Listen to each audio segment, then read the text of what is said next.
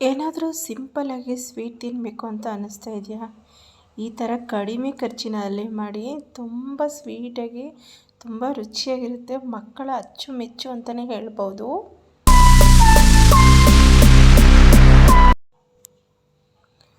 Hi, welcome back to my YouTube channel. ಇವತ್ತು ನಾನು ಸಿಂಪಲ್ಲಾಗಿರೋಂಥ ಒಂದು ಸ್ವೀಟನ್ನು ಮಾಡ್ತಾಯಿದ್ದೀನಿ.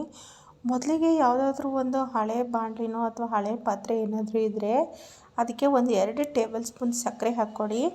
ಸಕ್ಕರೆ ಹಾಕಿದ ನಂತರ ಒಂದು ಸ್ವಲ್ಪ ಶುಂಠಿ ನೀರು ಹಾಕಿ, ಜಾಸ್ತಿ ಬೇಡ, ಸ್ವಲ್ಪ ಅಷ್ಟೇ.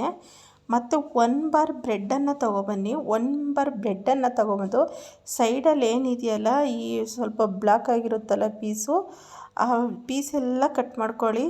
ಅಂದರೆ 4 ಮೂಲೆಯಲ್ಲೂ ಅದನ್ನು ನೀಟಾಗಿ ಕಟ್ ಮಾಡ್ಕೊಳ್ಳಿ.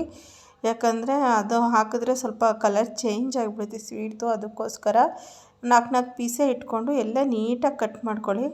ಇದನ್ನು ಕಟ್ ಮಾಡಾದ ನಂತರ ಒಂದು ಮಿಕ್ಸಿ ಜಾರ್ ತಗೊಳ್ಳಿ. ಅಂದರೆ ದೊಡ್ಡ ಜಾರೇ ತಗೊಳ್ಳಿ, ಸಣ್ಣ ಜಾರ್ ಅವಶ್ಯಕತೆ ಇಲ್ಲ, ದೊಡ್ಡ ಜಾರೇ ತಗೊಳ್ಳಿ.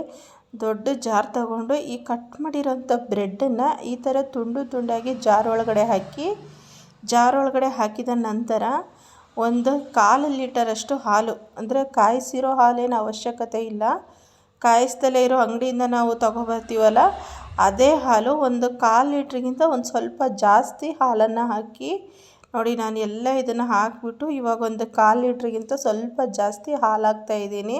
ಆದರೆ ಕರೆಕ್ಟಾಗಿ 1 ಗ್ಲಾಸ್ ಹಾಲು ತೊಗೊಂಡಿದ್ದೀನಿ ನಾನಿಲ್ಲಿ ದೊಡ್ಡ ಗ್ಲಾಸಲ್ಲಿ. 1 ಗ್ಲಾಸ್ ಹಾಲು ಹಾಕಿದ ನಂತರ ಇದಕ್ಕೆ 2 ಮೊಟ್ಟೆಯನ್ನು ಒಡೆದು ಹಾಕಿ. 3 ಹಾಕ್ಕೊಂಡ್ರು ಸರಿಯೇ, ಆದರೆ ನಾನಿಲ್ಲಿ 2 ಮಾತ್ರ ಒಡೆದು ಹಾಕಿದ್ದೀನಿ. ಜಾಸ್ತಿ ಹಾಕಿಬಿಟ್ರೆ ಸ್ವಲ್ಪ ಮೊಟ್ಟೆ ಸ್ಮೆಲ್ ಬರುತ್ತೆ, ಅದಕ್ಕೋಸ್ಕರ 2 ಮೊಟ್ಟೆ ಒಡೆದು ಹಾಕಿದ್ಬಿಟ್ಟು, ಮತ್ತು ಇದಕ್ಕೆ ಸ್ವಲ್ಪ ಸಕ್ಕರೆ, ಅಂದರೆ ನಮಗೆ ಎಷ್ಟು ಬೇಕೋ ಅಷ್ಟು ಸಕ್ಕರೆ. ಯಾಕಂದರೆ ನಾವಲ್ಲಿ ಸ್ವಲ್ಪ ಸಕ್ಕರೆ ಕರಗಕ್ಕೆ ಇಟ್ಟಿದ್ದೀವಲ್ಲ, ಅದಂದರೆ ಅದು ಡೌನಲ್ಲಿ ಹೋಗಿಬಿಡುತ್ತೆ. ಅಂದರೆ ನಾವು ಅದ್ರ ಮೇಲೆ ಇದನ್ನು ಹಾಕಬೇಕಾಗುತ್ತೆ. ಅಂದರೆ ಅದರಿಂದ ಏನು ಅಷ್ಟು ಸ್ವೀಟ್ ಸಿಗೋಲ್ಲ ನಮಗೆ. ಅದಕ್ಕೋಸ್ಕರ ಒಂದು 2-3 ಟೇಬಲ್ ಸ್ಪೂನಷ್ಟು ಸಕ್ಕರೆನ ತಗೊಳ್ಳಿ.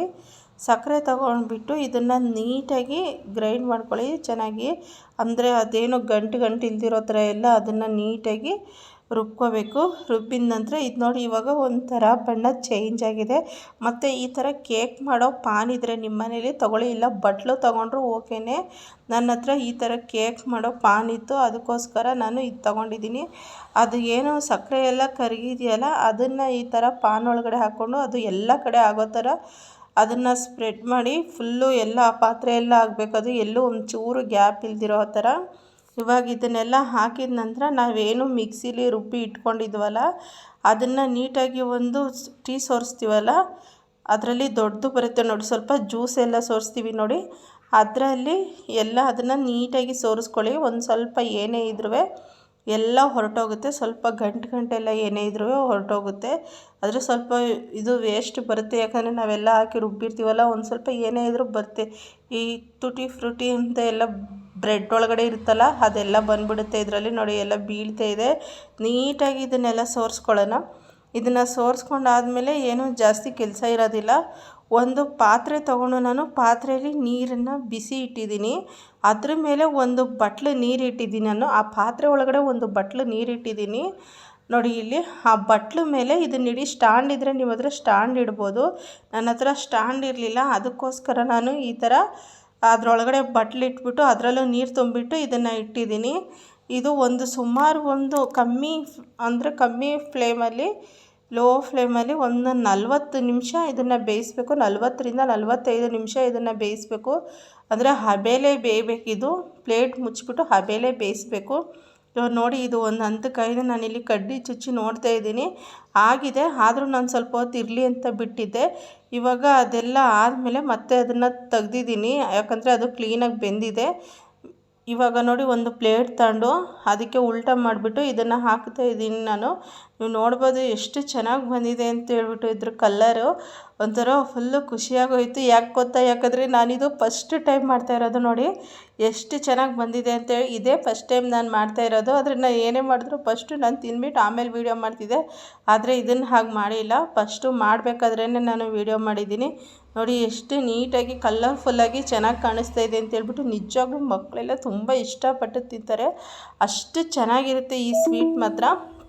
ನನಗಂತೂ ತುಂಬ ಖುಷಿಯಾಗೋಯಿತು. ಫಸ್ಟ್ ಟೈಮ್ಗೆ ಈ ಥರ ಬಂದುಬಿಡ್ತಲ್ಲ ಅಂತ ಹೇಳ್ಬಿಟ್ಟು. ನೋಡಿ ಇಲ್ಲಿ ನಾನಿಲ್ಲಿ ಕಟ್ ಮಾಡಿದ್ದೀನಿ. ಯಾವ ಥರ ಇದೆ ಬೆಣ್ಣೆ ಈ ಗಿಣ್ಣು ಬರುತ್ತಲ್ಲ, ಸೇಮು ಈ ಗಿಣ್ಣು ಬೇಯಿಸಿದಾಗ ಈ ಕೇಕ್ ಥರ ಕಟ್ ಮಾಡ್ತಾರಲ್ಲ ಅದೇ ಥರ ಬಂದಿದೆ.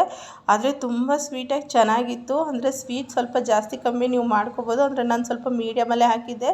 ತುಂಬ ಚೆನ್ನಾಗಿತ್ತು. ಕಟ್ ಮಾಡೋಕ್ಕೆ ಒಂಥರ ಖುಷಿ ಇತ್ತು ನನಗೆ. ಸೇಮ್ ಒಂಥರ ಗಿಣ್ಣು ಥರನೇ ಇದೆ.